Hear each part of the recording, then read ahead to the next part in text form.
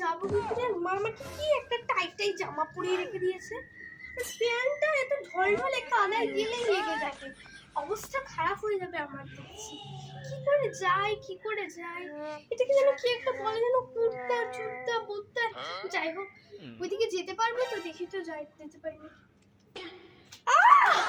Slip পাচ্ছিলাম, ভগবান উল্টাচ্ছিলাম, slip কেটে পারে এর মধ্যে উল্টে পড়ছিল, আমার অবস্থা খারাপ হয়ে যাবে।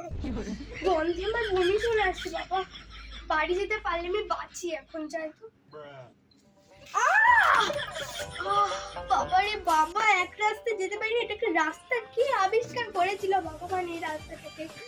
কোন দিক দিয়ে যাবো, এই দিক ওই দিক না ওই দিক, এইদিকে পাচ্ছি ওইদিকে পাচ্ছি, ওইদিকে কাদা, আমি যাবোটা কোন দিক?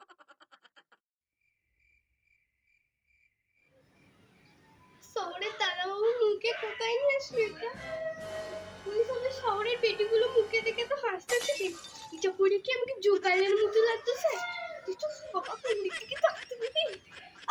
এটা কি সব ইয়া বড় বড় জুতো নিয়েছে, কি সব, এর থেকে তো হাই চপ্পল হয়। ও মা, এগুলো কি? আমাদের গ্রামেও তো এগুলো রয়েছে, টগর ফুল ফুটে। দেখি কানের গলায় দিলে ভালো লাগবে, মুখে ভালো, হ্যাঁ ভালো লাগছে। কিন্তু মু তো ভেবেছিল এই শহরে এইসব গাছপালা কিছুই নেই।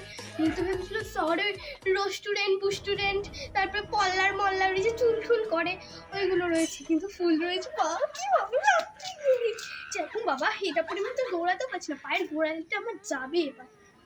বেটিগুলো আমাকে দেখে হাসতেছে, পালাই